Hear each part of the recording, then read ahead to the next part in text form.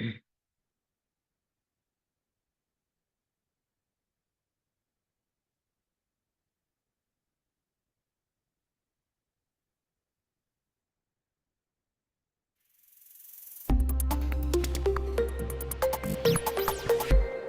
come because I like to learn about what is going on in the industry.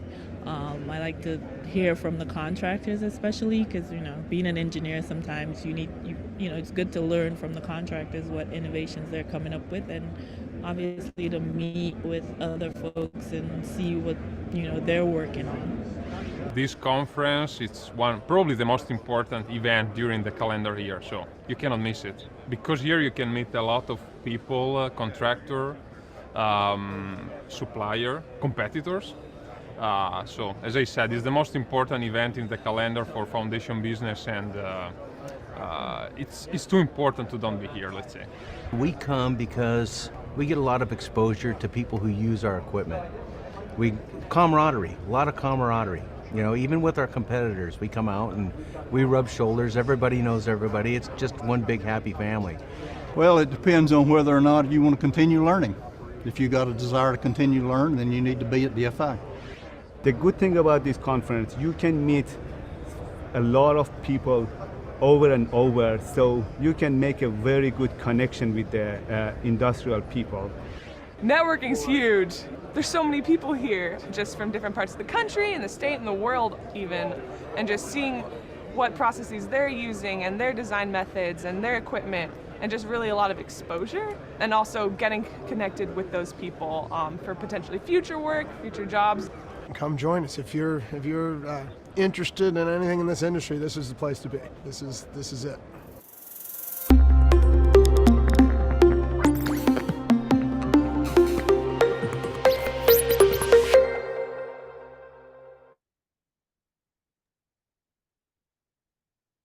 Good afternoon, everyone. This is Pranav from DFI of India. I welcome you all to the DFI of India Groundwork Webinar Series 2025 edition. This is the first webinar. Many of you may know we are running this webinar series from 2021, and it is in its fifth year now. So I welcome you all for registering and joining this program today. Few quick instructions before we start with the program. Recording of this webinar is prohibited.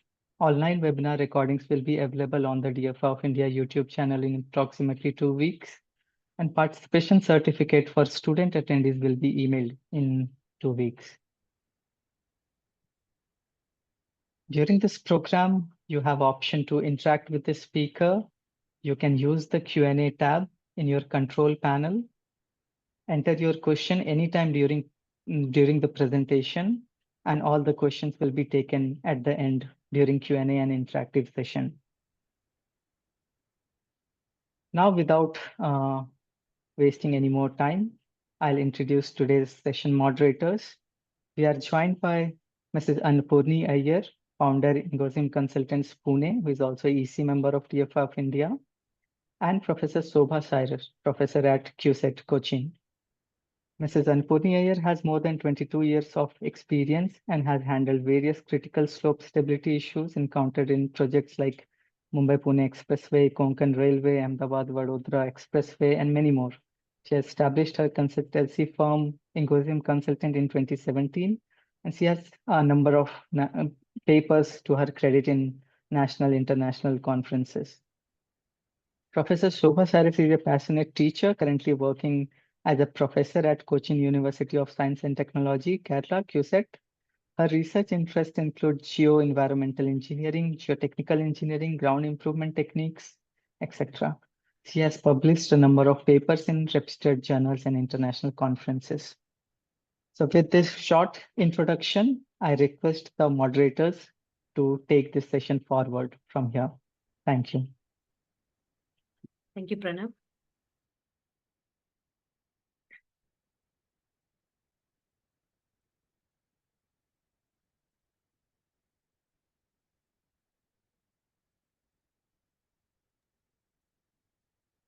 Yeah, I think Shobha ma'am, you can Annapurni, continue with the sequence. Yeah. I think Annapurni. Yeah. Okay. Yeah, she can. Yeah. Yeah. So I'm audible, right, Pranav? You're audible. Yes, You you're can please audible. turn your video on also if you want. You're Yeah. audible, please. Yeah. Okay. I can't screen, so I hope the screen is visible. Anyway, I will move ahead. So, welcome everyone to this wonderful student outreach program organized by DFI. It's indeed a proud matter of pride for me to be associated with DFI as a member, as an easy member, and being contributing to this groundwork webinars, which is always look forward to get associated with student community majorly.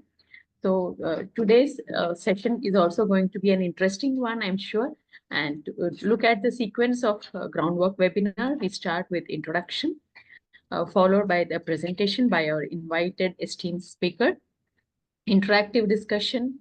So definitely when the session is in progress, I would request the participants to type their questions in the chat box or the area that is provided, followed by closing remarks. And please stay tuned till the end because we have interesting such events coming up, and the details will be shared before we conclude this today's webinar. So coming to the introduction, Pranav, can we go to the next slide? So the whole idea of this groundwork is laying the foundation for the next generation practitioners. Now, coming this topic is again yet interesting one, that is how do we make ourselves prepared for the next phase of life that is coming from the academics when we are moving to the industry or your area of practice. It need not be always industry, it can be even academic, from academics to academics, but how do we prepare ourselves? So that is a change. Technical, coming from technical background, I'm sure we all have been trained well by our esteemed professors. But even non-technical things are equally or more important when we have to present ourselves as professionals. So definitely it's a change. Okay, so change is inevitable. There is a very famous quote, change is inevitable, but transition is a choice. But what I believe, or we as team believe, that transition is definitely required, and we have to transform ourselves and to fit ourselves where we are looking forward to. So when we move to the industry, the terms like deadlines, performance, expectation, so these all are going to be the interesting few words which we have to make ourselves comfortable with. So let us start doing by what is necessary. Definitely we'll do what is possible, and finally we find that we are doing something that is impossible. Okay, so now today we are standing at a stage that is what we have to do, what is necessary. Now that we will understand from the slides that our speaker Methilaj sir will be presenting to us. How important is it to bridge, okay, that is from our ourself for this transition is very important. So look at that. So for that, we have our speaker, Methilaj sir, who will help us bridging this gap to a certain extent.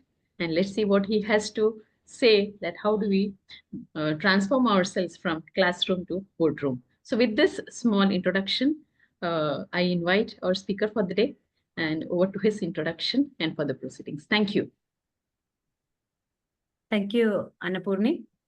Today, I have the proud privilege of introducing the speaker, Mr. Methilaj, to you.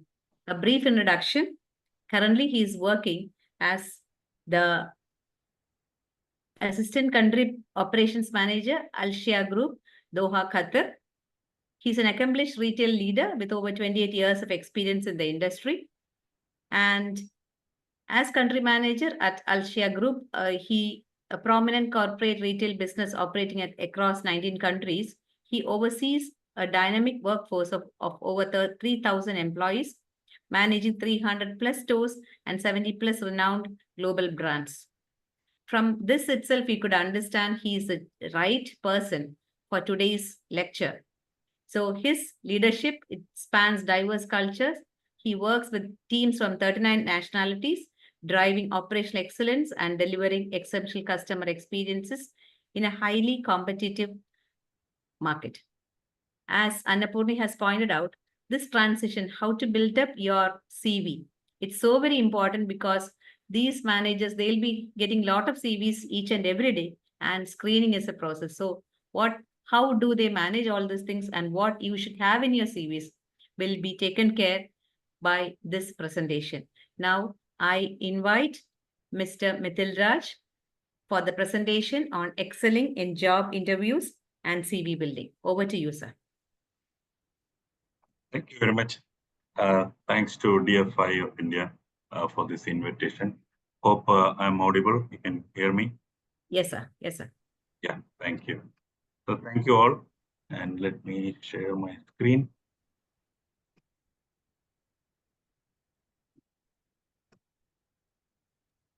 Yeah, meanwhile, participants, as the presentation progress, you can put your questions up, which can be taken up after the presentation, Mr.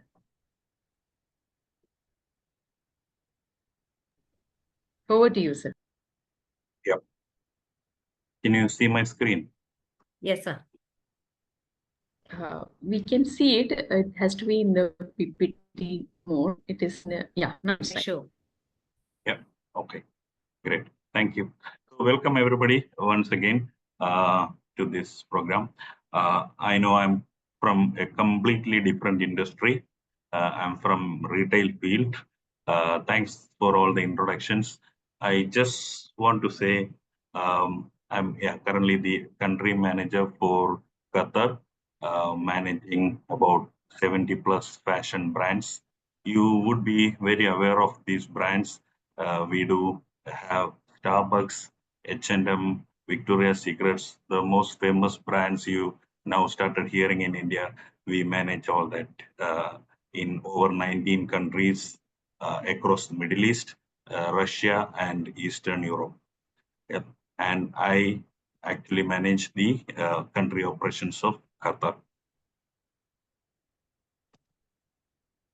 I know we have done the introduction already. So as a company, we have over 50,000 employees and 120 different nationalities work across 19 countries. Here we have over 300 stores and so many different nationalities. As we said, 39 plus nationalities work along and with us. Okay. I didn't start my career as a country manager.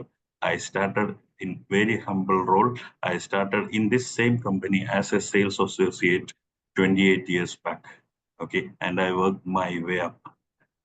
So in 1996, I joined as a sales associate in this same business. It was such a small business at that time, operating in 3 countries. 97, I became an assistant manager, 98, a store manager, and then growing over the years. So probably I'm the right guy to ask questions about career building and growth. Okay. You would be wondering like what a retail guy is doing here. Of course, in every field, there are engineers. There is engineering behind everything. You know, we say maybe the doctors take the glamour for all the roles, but engineers build the world. That's what we believe in. For example, just to take you through, in our field, we have an IT department based in every country and a retail regional base in Bangalore, India. We have over 1,000 employees work there. We have property department in top countries where IT engineers work from our field, including civil. We have civil and facilities management, maintenance departments. So a lot of engineers work with us. We have e-com platforms, which is managed by engineers. We have our own research and development departments, who develop our own software, etc. We have supply chain managements, inventory management systems. Also we have corporate agreements with IITs and IIMs to hire graduates every year. So we have many IITs and IIMs working with us. Okay, that's about the business and the introduction about me. Let's move on to what we are here for today. Okay. So I would say I'm not a motivation speaker. or I'm not an academic person. So all I'm talking is from my experience, and I have a lot of experience over 28 years, as I said earlier. I have interviewed hundreds of people during my career, earlier career. Now I don't do direct interviews. We have recruitment department, they do all the job. I do interview senior positions. Um, I have interviewed in one day. Maybe I did one interview. I can remember in Bombay, now Mumbai. In one day, I have interviewed more than 100 people from morning to evening. So I have that kind of an experience. And when you interview people like 100 in a day, you will have to make quick decisions. So we'll talk about that in detail soon. Okay. So what do you need first when you start applying for jobs? Okay. Of course, you need a very good CV, a strong CV. Okay. Um, I will give you a few. I know it's just half an hour. I was saying earlier, like maybe I will overrun a little bit. So I'll just stick to the points. Your CV should be not more than 2 or 3 pages. Okay. Sometimes people come up with very long CVs, so many pages and all. Nobody has time to go through all those pages. Yeah. Uh, so how do you make it just short and sweet? 2 pages maybe, or maximum 3. So you only need to include your latest degrees and achievements that are very important to you. Okay, so you are a graduate, so you don't have to say you pass a school SSLC certificate and all that. I still see CVs like that, +2 done this year and all. So if you are a MTech, you can say MTech, and then before you can say BTech. That's it. You don't need to go all the details. Also, if you are already an employee, you're looking for a different job. For example, my career.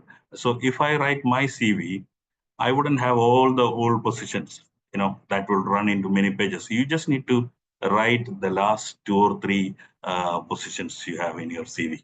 Okay. And you don't actually just write the positions or role, what you have had. You would actually talk about what you achieved in that role in few words. Okay, so I wouldn't say I'm a country manager in Alshaya Group. I would say as a country manager, I achieved this and this and this. Okay, in very few words, you have to say that. Okay. Your CV should be your own. Make your own CV. I know still we see people come with CVs that's made by someone else for them. And sometimes when you go through the details, they don't know what's written there. That's the biggest mistake you can make. Every word of your CV should be written by you, or if somebody helps you, that's fine, really fine. You can even Google. There's a lot of good reference you will get. But what you write, you should own it. Okay, because all the whole interview would be based on what's written there. Okay, can you explain this? And you should be able to explain. I have interviewed people. Within few minutes you would understand, like, this guy wrote something, but he doesn't actually know what he has written there. He did not actually do the job. Even simple question like, sometimes when you have doubt, I ask like, describe a day in your work life, and they would struggle because they never worked in that role.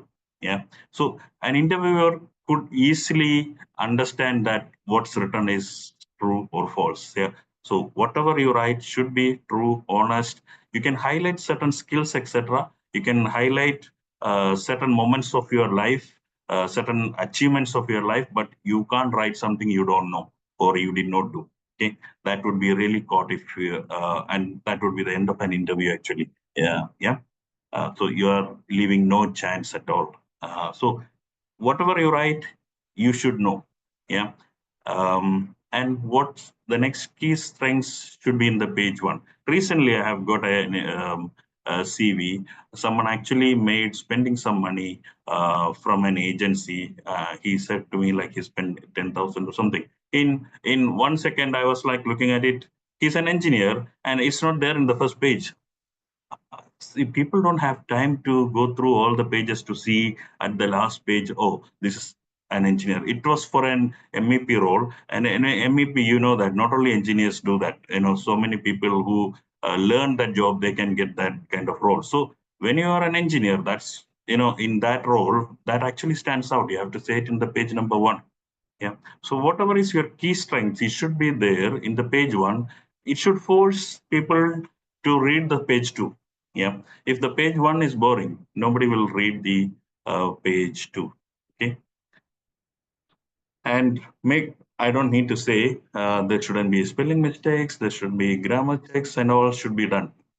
You would wonder why I'm saying these basics, but I see these kind of mistakes every day. I have recently received a message from an ex-colleague who sent me a message saying, "Hi, boss." He actually meant boss. You would be glad to work with me again. Sorry, I'm not going to be glad to work with him again. It should be the other way around. He should be glad to work with me.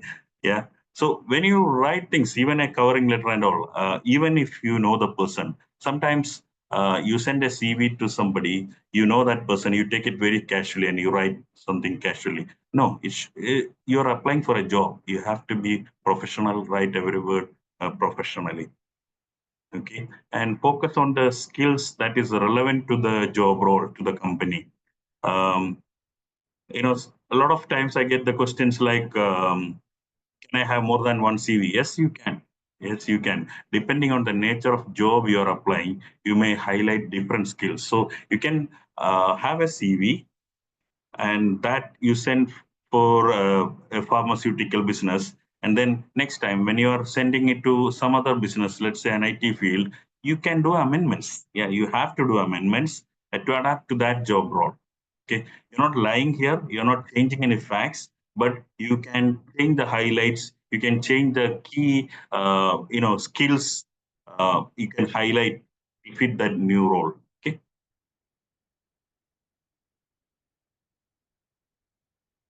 let me go to the next slide. So first thing is plan well. Failing to plan is planning to fail. That's what we say. So you have to plan well. You should know what industry you are applying the job for. You should know that business. You should know that job role. And then you have to check back on your CV.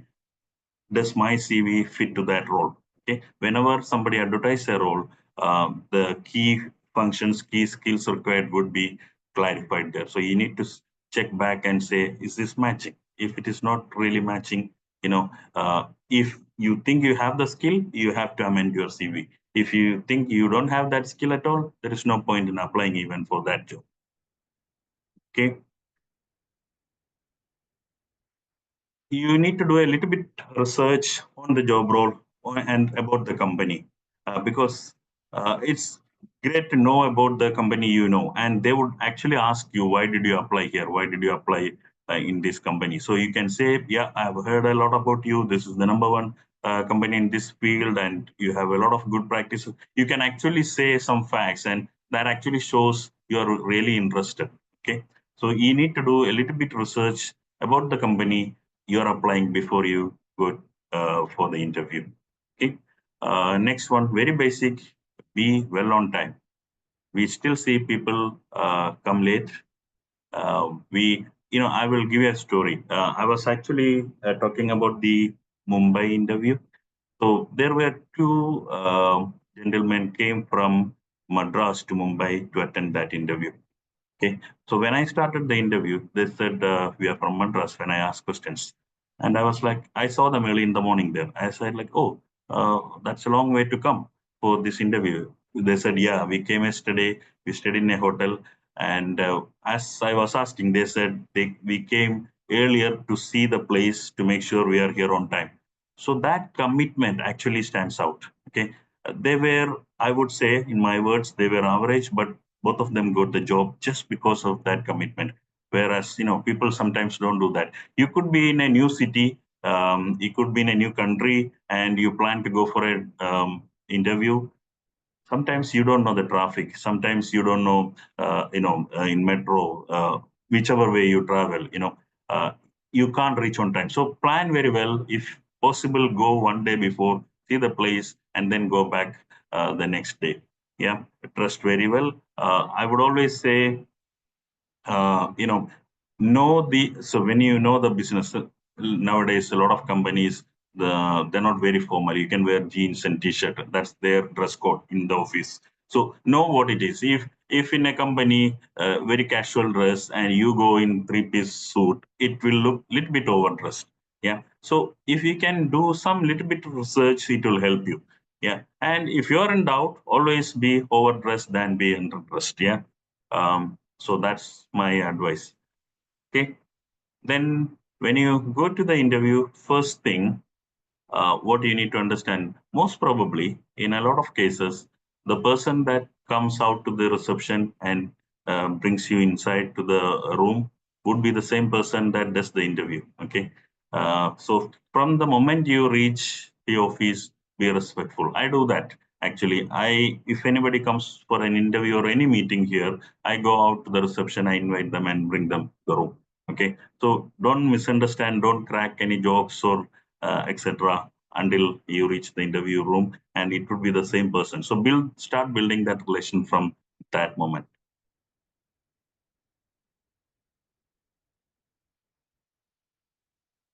We say competency-based interviews. Okay. Um, in you would see in movies and a lot of places, people ask you a lot of hypothetical questions. Okay. In real industries, nobody would ask you hypothetical questions. Okay. Even I can think of some questions like they ask you how many steps you climbed and all that. That is all. Nobody's going to ask anything like that. uh, it will all be based on your previous experience, whether it's a job or your education. Okay. It's all written on your CV. So competency based interview means they want to check your competency. Do you have this skill, what you're saying? That is what we normally check in any interview. Okay. So all the questions would be based on your previous role or achievements, and it will never be hypothetical. The questions will be like, what did you do in your previous job or college? Example, tell me a problem you recently faced and how you resolved it. Okay, here I am saying, tell me a problem you recently faced and how you resolved it. In actual world, they wouldn't even say how you resolved it. Okay, because I'm leading. This question now it's a leading question. If I did not ask and just say, tell me a problem, a lot of people would just say a problem, and they wouldn't show that they have actually resolved it. It's easy to say a problem. What did you do about it? That's the question. Okay. So any problem, when you say it, it should be like when you end the story, it's resolved and you have a role in it. You resolved it. That's how people will judge you. The interviewer will judge you. Okay. We'll go a little bit over that again. Yeah. So the question can be like, tell me a good or a bad experience in your previous job. Rather than, it's very important. People would ask you, give me a bad experience in your previous work life or in your college life. So you have to say bad experience, and you have to end it saying like how it turned around and how you made it a positive one. Okay. When you just ask, give me a bad experience, and if you don't say how you resolved it, people will actually just say something really bad, and the interviewer thinks, sorry, why should I uh, hire this guy? Okay, I have had that kind of experiences. Okay, there's one candidate I still remember. He started talking about an incident in the office, and it went into a fight, and then I was like encouraging him. Yeah, tell me more. And then he said, yeah, in the end, I called the police. That's not the kind of stories an interviewer would want to hear. Okay. Um, so if you are asked a difficult experience or a bad experience, you have to explain. Maybe it could be something, the project you are handling, you went through a lot of bad times. Maybe you didn't get a lot of support in the first place. But once you end the story, it should be actually like ending well. You gained the support of colleagues. You achieved what you wanted to achieve. Yeah, remember this always. There would be questions about, tell me about your biggest achievement. Okay, you can always think of, before you go for any interviews, prepare your stories. You should have so many stories. So, for example, tell me your biggest achievement. Something that is big for you is maybe not big enough for the interviewer. Okay, think of this always. Is that your biggest story? Yeah. Uh, when you say I delivered this product and the client was happy, it's just you and the client. Okay, it's not that big. If you say I did led a project and there were 100 employees, I led the team of this many people, and then finally, you explain and say I delivered this project, it gets bigger. Or and if you say I led a team of people of 100, I had to train them, have to develop them, and then I had to involve many people from different cities, and it gets even bigger. So think of the story you choose, and you have to have the right stories, not just one, more than one, because uh, any moment the interviewer can ask you, give me one more story. We normally ask like that when we are not convinced with the stories. If we feel like, is this true? There is always grilling questions. People would ask you, oh, okay, so then what did you do? All that kind of things. And then at the end, if they're not 100% sure they got what they want, they would ask you, give me another story. So not just one good story or one bad story or one experience. You have to list down so many things, prepare, and then go. Yeah, sometimes, because if you don't list down, if you don't write and go through it, all of a sudden a question comes, you would be stuck. You would not be able to talk. So prepare well before you go for an interview. Okay. Tell me about a project you completed involving people and other resources. They wouldn't ask you like that. They will just ask you, tell me about a project you completed. And then you have to make sure that's a big enough project involving people and other resources and all that. Okay. Questions would always be the same. It's your answer that needs to be different. Okay. Uh, Question would be like, give me an experience with a client. Okay, you can say a small experience, you can say a very big experience that would make the interviewer say, wow. Okay, so it's the answer that needs to be different. In retail, we say, if I ask somebody, give me an experience with a customer, and somebody can say, yeah, I sold a pen to this person. Okay, so you're good enough for a sales associate. Okay, and if somebody says, oh, I saw a need for this in the market and I did source that, and I did a training for people, I arranged the products, I did some marketing and I sold, it becomes really different. Yeah, so it's all, the question would be the same. Yeah, on answer needs to be different, and answer needs to have real good content in them. Okay.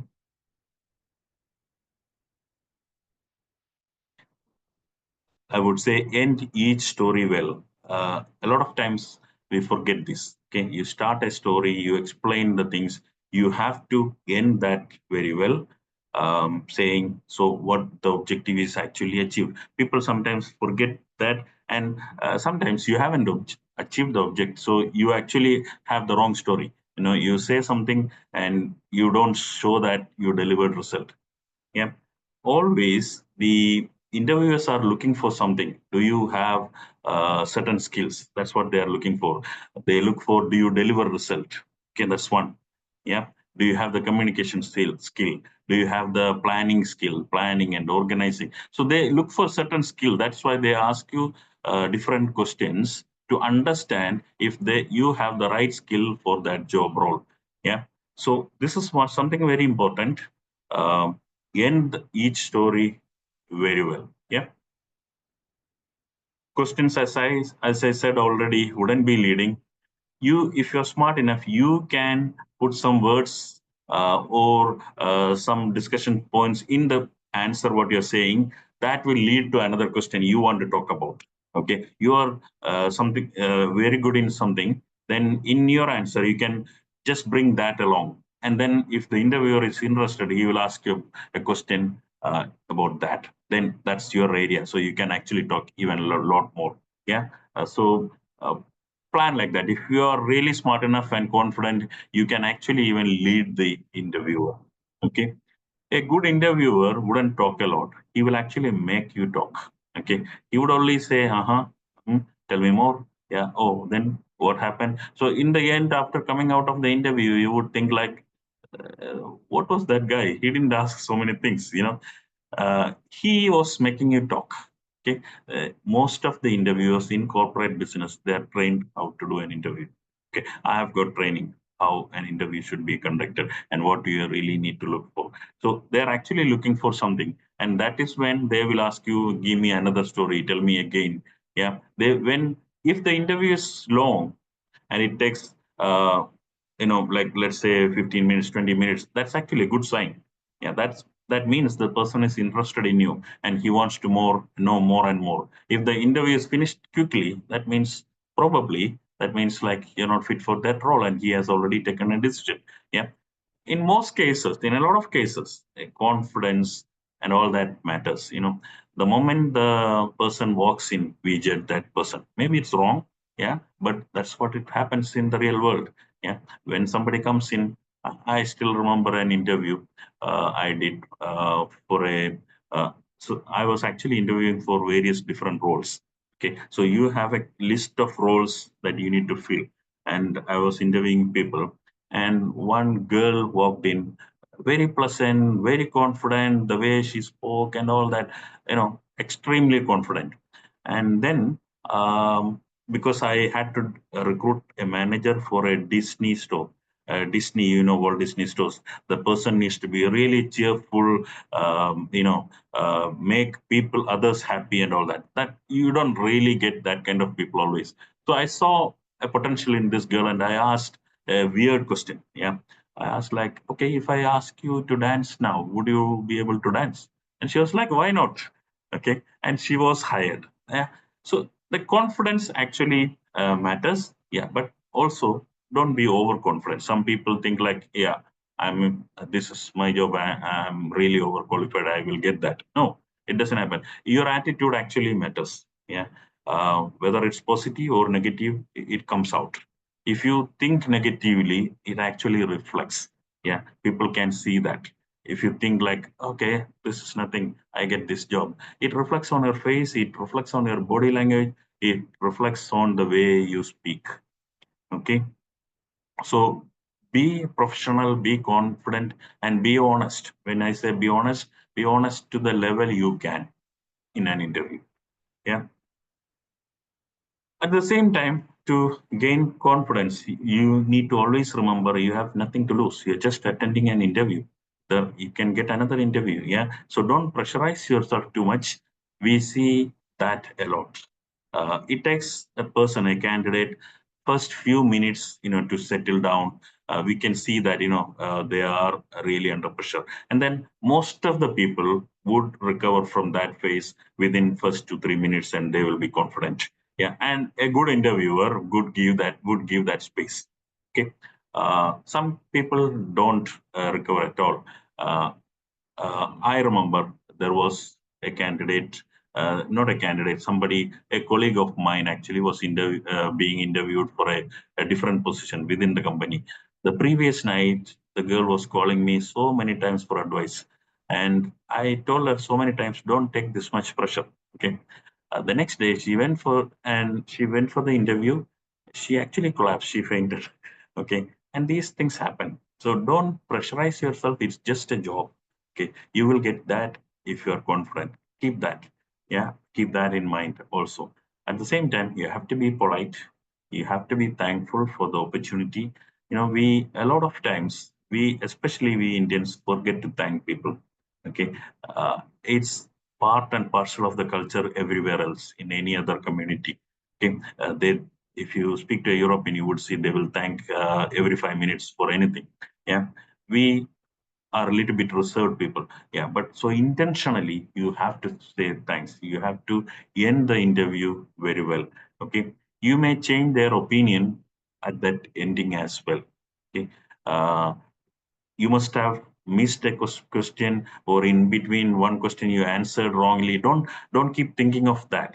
You still have the time to come back at the end of it. So if you end it very well, and you still have a strong chance to get that job what you desire. Okay, that's all about how to attend an interview.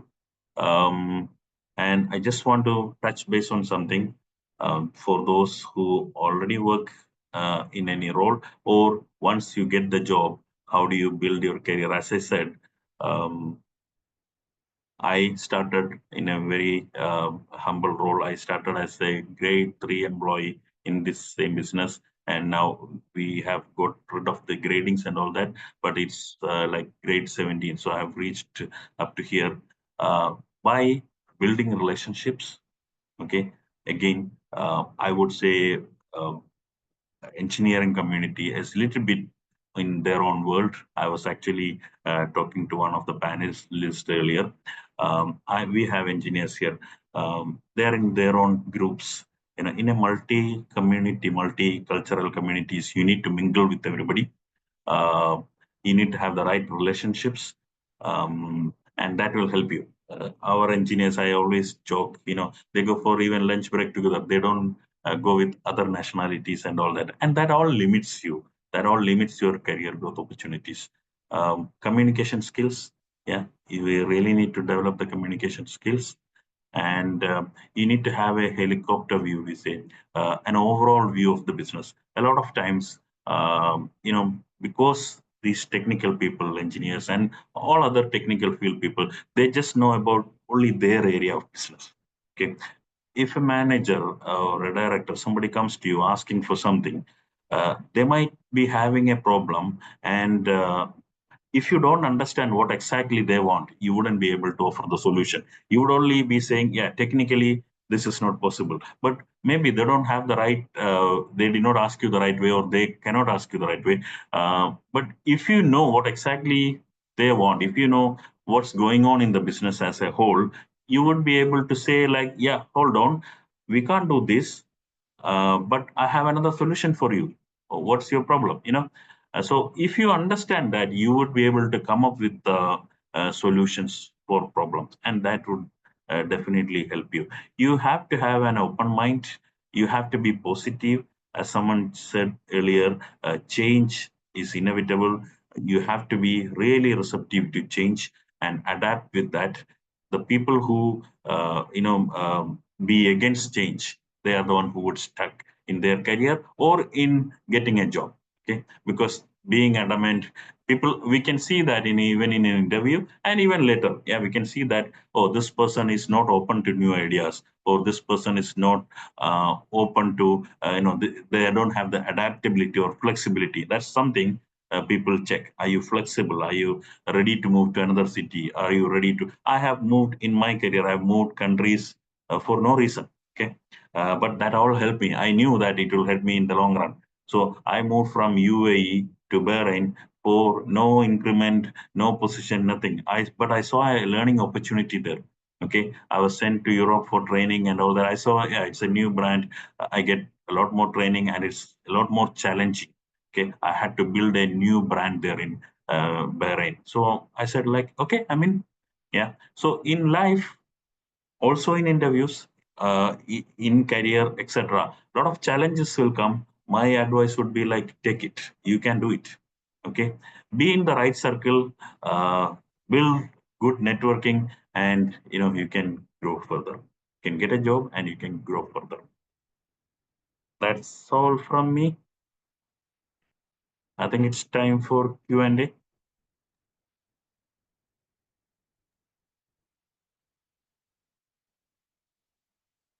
Sir, indeed a very nice presentation. Yeah, very nicely, tailored and very nicely presented. You have gone to definitely a lot of detailing, right from the moment, as you said, you plan well and go to the location a day earlier, make yourself comfortable, and be respectful to the person who greets you. From there onwards, you're being watched. So very nicely done, sir. Thank you very much. Thank you. Shubha ma'am, you want to add something? Or yeah, I'll add, but let me look up me to ask Q&A. the audience also to please put in the questions in the Q&A box. You see no questions. So no questions means the presentation was so very well done. That's what I feel, It Methilaj, could sir. be. It could be that, yeah, it was so clear, or it could be the other way around. No, I don't think so. It was very Yeah. clear. And Thank you. as what I would suggest is maybe little bit things if you could highlight on the CV part. Like what I see is this all what first of all they'll write this is their aim something that's what we always see. The first part they'll write like that. So which we can always say it's not from their heart or Yeah. something like that. So that Yeah. point I always tell my students also. So that part can you clarify? That is in the Yes. Yeah. CV, how it should be. Yes. Yeah. In that first description part itself, it should describe you in a way, in concise, small words, but it should show your ambition also. And it has to be, as you mentioned, it has to be your own words. A lot of times, we can see it's copy paste.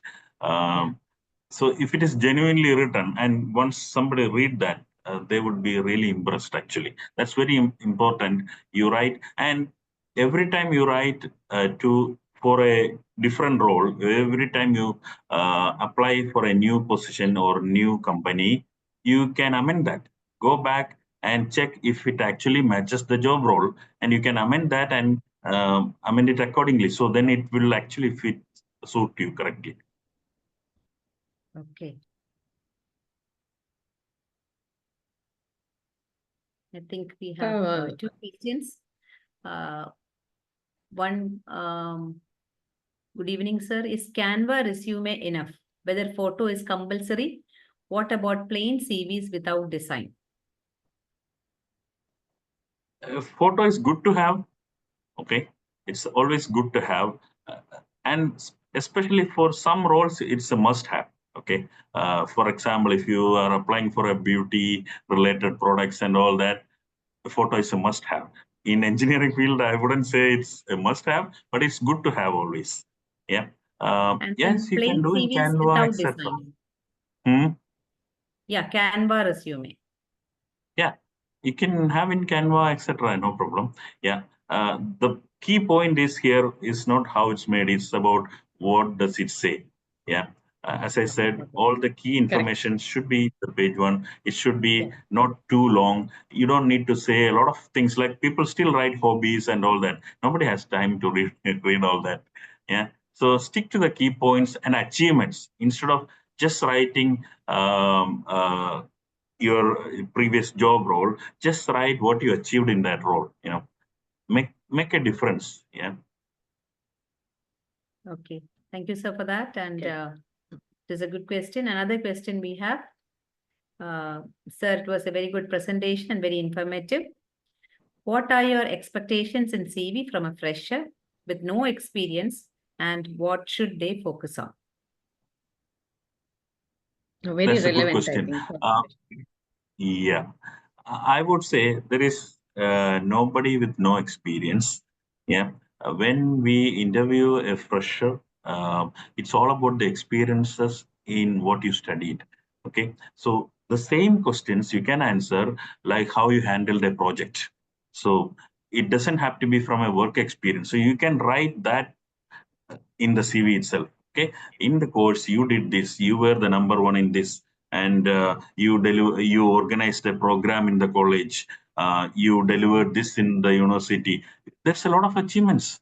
There's even my daughter. She's still in the school. She has achievements. So there is nobody with no achievements. People will have so many things they have organized. Maybe they were the school leader. They were the head girl. So many things. It all adds up. Yeah. So don't They think would you have won don't some have. elections. Yeah, exactly. Exactly. All that matters. It shows your leadership skill. Yeah, And exactly. for a lot of skills, positions, we actually look for, does this person have a leadership skill? And if that is there, that's a very important thing actually. Yes. Yeah, and basically when you try to put your small achievements, it also reflects your detailing habit, or Exactly. to give serious attention to what you achieve even in a smallest way. So that's what you will reflect in your work as well. Correct. So Exactly. when giving importance to your smallest thing is definitely builds up into a bigger achievement. You can't directly go and touch the star, right? It starts with small things. Exactly. So definitely that reflects is what I feel when you, as you rightly said. I mean, I am really impressed by the first sentence that you said. There is no one without experience. Okay. Yeah.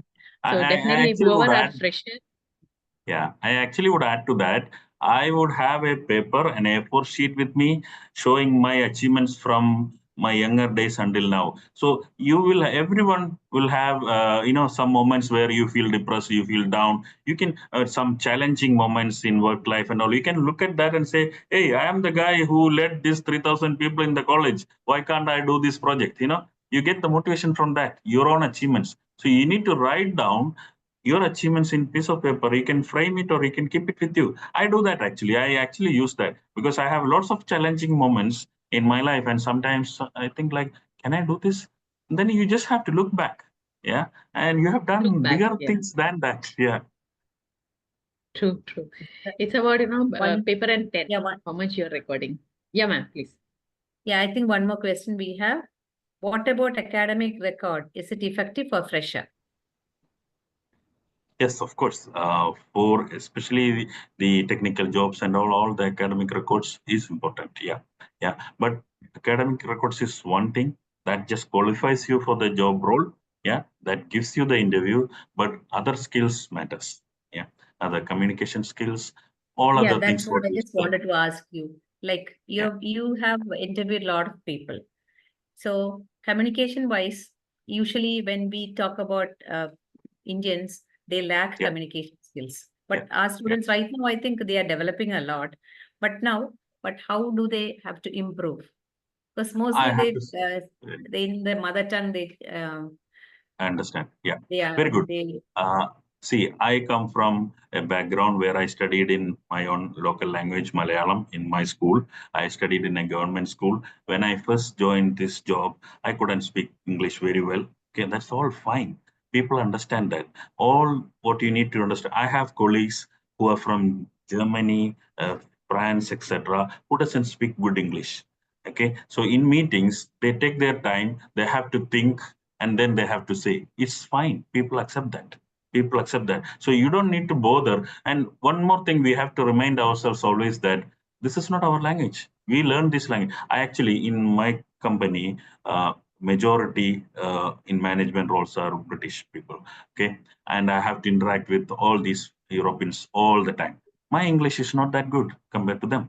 Okay, and not just English. There are people from Ireland, Dutch, everywhere. The accent changes. Sometimes it's hard to understand even. Yeah, but it doesn't matter. Yeah, we are talking in their language. They cannot talk a word in our language.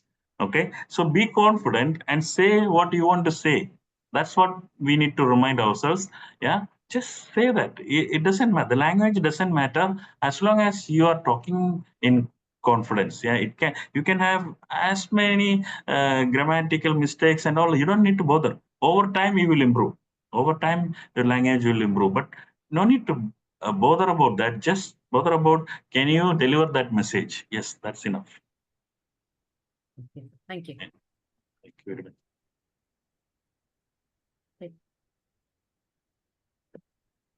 Okay. Shall I take one question, sir? Yeah, sure. Okay. Mithilaj sir, see, nowadays, this trend of definitely saving. Okay, of course, in our times of maybe 20 years back, 25 years back, that paper CV, it was an important document or an interface between the candidate and the interviewer, because that's the first document which gives you a glimpse of the candidate to the interviewer. Now, apart from that, there are definitely that still stands there, but apart from that, there are different mediums like social media, say LinkedIn, or even if you say now, even the students who are pursuing their graduation undergrads also have built up their profiles. Okay. So now just wanted to know the trend in there or out of India, or you are interviewing so many, how important or how much relevance it has when you go for a formal interview, that is LinkedIn, presence in LinkedIn platform and presentation over there. Yeah, yeah, I'll come to the LinkedIn thing. Good that you asked this question. Some years back, we only had the paper CVs, okay, and especially in Gulf, people used to go one by one to the officers, drop the CVs. Now, most companies don't accept paper CVs. We in our business, we are in a paperless world. Okay, everybody will have a site. You just log in and upload your CV. That's how it works. So you don't have to physically go around and apply. You just can sit in wherever you are. You can upload your CVs. Yeah, that's one thing. Because I remember still, years back, people used to come with bundles of CVs to distribute it. That era is gone. Okay, and for senior roles and all, for volume roles, like if you are recruiting a lot of people at once, nobody would look at LinkedIn, etc. But for a little bit bigger roles, yes, of course, HR will look at LinkedIn and all that. Normally, any interview, even for a smaller role, there will be two phases. One, HR will do a scrutiny, yeah, and then only it goes to the subject matter expertise. Yeah, so the subject matter expertise is the one who will ask all these questions. What I was saying, HR will just look at, as this person qualified, yeah, does this meet the requirements, etc. Yeah, do they have the passport, visa, or all that kind of stuff? Only they look. Yeah, if they qualified, then they hand over the visa. Even at that moment, even they don't have time, because the recruitment people, they go through lots of CVs every day. So that's why I was saying it's very important. Page one itself should stand out. Then because from their moment itself, out of 100 CVs, maybe only 20 reach up to the decision maker. Yeah. So it's very important. CV is a very important thing. And for a senior roles, yes, we look at all the social media, especially LinkedIn. Yeah. Okay, I think we have few more questions in the question answer box, and one question is: is an engineering degree must for getting good job position in big companies? Is engineering degree a must? I understood the question. How do you want me to answer? As a professor, you wouldn't suggest me to say it's not a must. No degree is a must for any job. Yeah, if you have a degree, I also agree with that. Agree with your answer. If you have a degree, it's good. Yeah, if you have an engineering degree, it's even better. If you don't have a degree, you still have a life. Yeah. But you then still what is can the get job many position? jobs. Accordingly, they can apply. Yes, exactly. And if you have the right character, if you have the right leadership skills, if you have the right management skills, communication skills, etc., you can grow even. Yeah. Yeah, it doesn't have to. You don't have to be an engineer to, reach up to bigger positions and all that. In every role, in any role. I actually did post graduation in English literature, but I'm not doing that job. Okay. Yeah. I think Another if you take. interesting question we have: how do we tackle seniors or colleagues when we don't want to be part of certain things, and how we establish ourselves well as fresher in any company? I think the second part, the other part does not fit. Yeah. Okay. It's a good question again. Especially in corporate life, there is every day interesting moments and moments that, challenging moments. Sometimes you are pulled into something. Sometimes you don't want to do a project, but you are involved. I guess that's the question. Like, you don't want to do something, but you are, pulled into that. I would say you have to learn to say no. Okay. Again, I would say we Indians think saying no is wrong. No, it's not at all wrong. You have to say, sorry, that doesn't interest me. Yeah. And you can explain. As long as you say it nicely, people would understand. Okay. So a lot of times we do things maybe we don't really wish. Okay. Where possible, in the right atmosphere, you can say no. You have to judge is the atmosphere, the situation correct. Maybe what I'm saying is right for our business, maybe it's not for some other places. Yeah, but I would say you have to learn to say no. Where you have to say no, But Yeah, to one say thing that. is, as a And that's fresher, actually appreciated very as well. a fresher, how can is there could be some problem with the freshers, like they Yeah, say no? they can still explain. See, I don't have that skill. Why? Yeah, they Okay. can explain that. I believe I don't have the skill, and then that person insists. That means sometimes what happens is, you don't know that you have certain skills, but the person, your manager or the person sees you, they know that you can do it. Okay, so if they say no, you can do it. Just go along, get along with that. You can do that. I had in my career, That's I was right. actually promoting people to an assistant manager role. And actually, one of the girl I remember, she cried saying, "Sorry, I can't do that. I can't manage people." And she was kind of forced to take the role, and then she has grown from there. Now I still see her and say, "Sorry, do you remember you cried that day?" Yeah. Sometimes people think themselves low. No, you have the skill. Yeah, Just yeah. believe in yourself. True, true. Even I had this experience in my 2 early days of career, because Okay. civil means we have to marry site. We have Yeah. to be at the site. That's where the love for the civil engineering begins. You have to love what you do, and civil means site. You cannot be at the luxury of the office. Yes, that's our choice if you want to be there. But I came with the mindset of only being at the office, because 25 years back everything was not that advanced. So my senior, one day she came and she told that today you have to go to the site, which was around 100 kilometers from the office.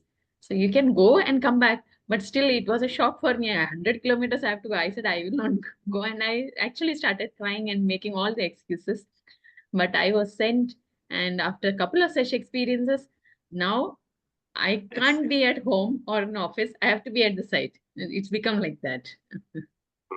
So Yeah. definitely there will be certain incident that could be the ladder to jump, or to climb up and reach higher heights, which the senior sees in us.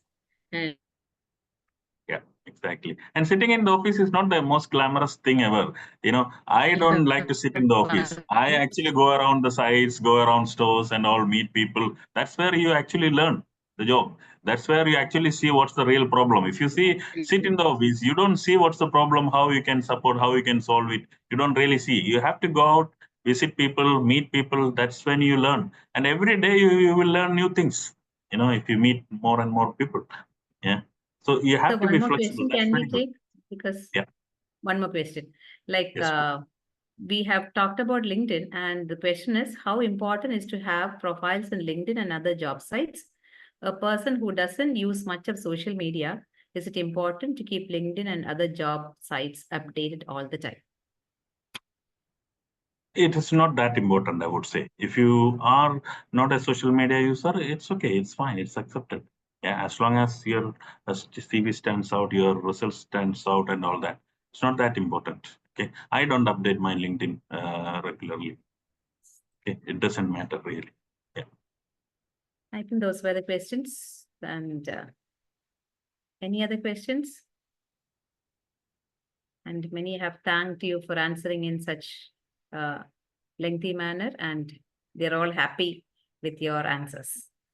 Thank you very much. And I'm very happy to be part of this. I think, and Purni madam, we'll just sum it up. Yes, sure. Shobha ma'am, please go ahead. I Yeah. think she lost her internet. Okay. I think a few key points which I have, which is quite relevant, which is first thing what Methilaj sir has told us, your key strength should be in the first page of your CV.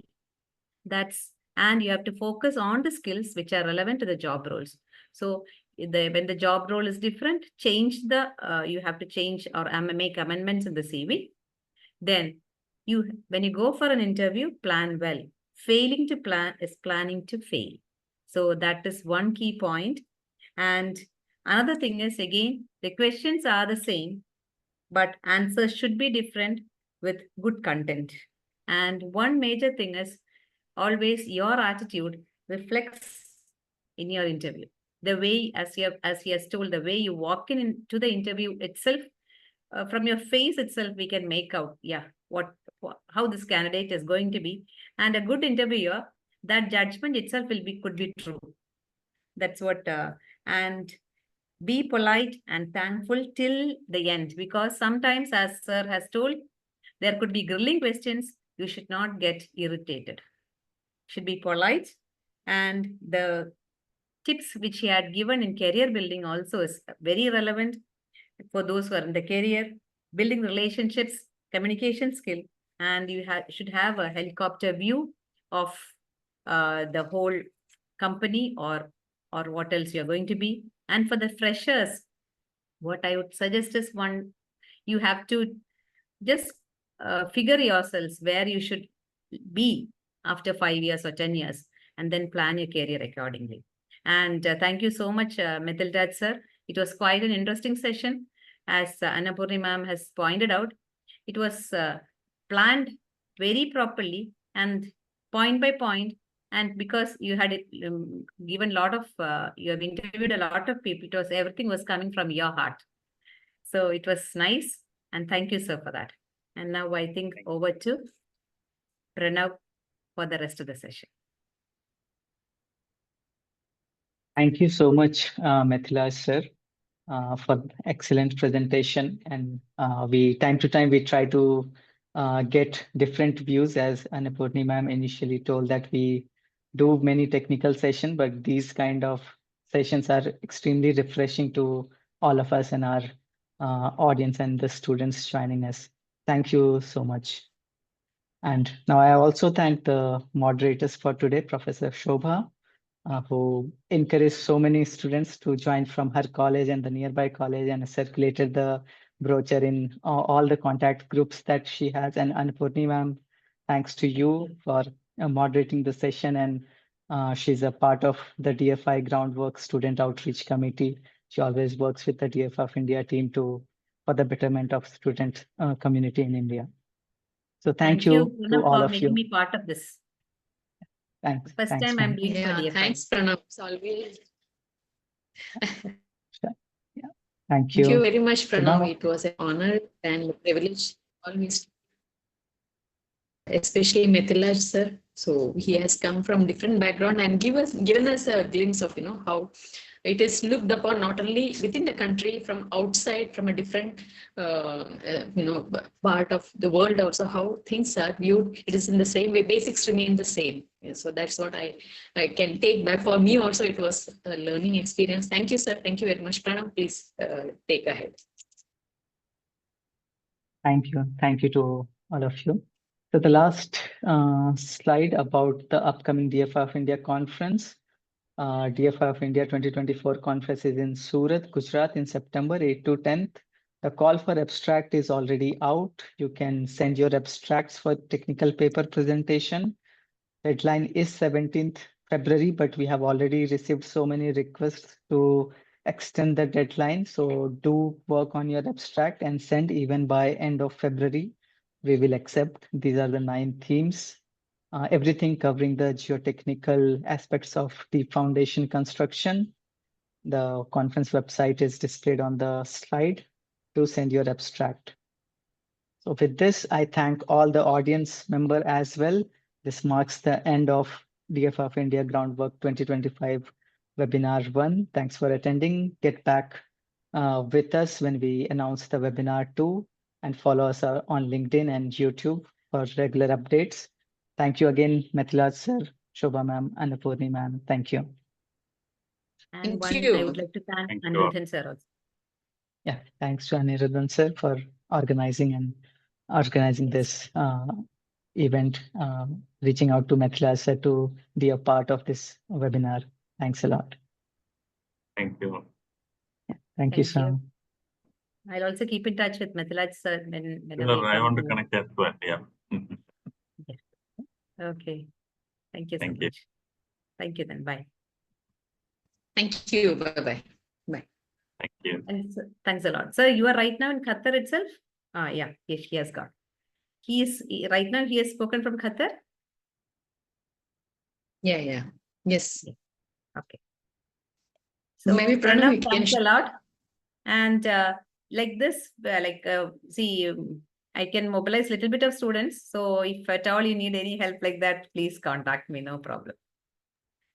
And I'm really thankful to Anirudhan sir. He's on mute anyway. Thank you, because I think he only suggested my name. And as I've told you, DFI, I've been there, but like this, I've not participated. So Annapurni also great, support for me always. Thank you. Thank you, ma'am. Thank you, ma'am. Bye. Bye. Maybe you can Bye-bye. share Methilaj sir's Pranav. Sure. I'll share the details. To me also, please. Thank you. Sure. Thank you. Bye. Bye.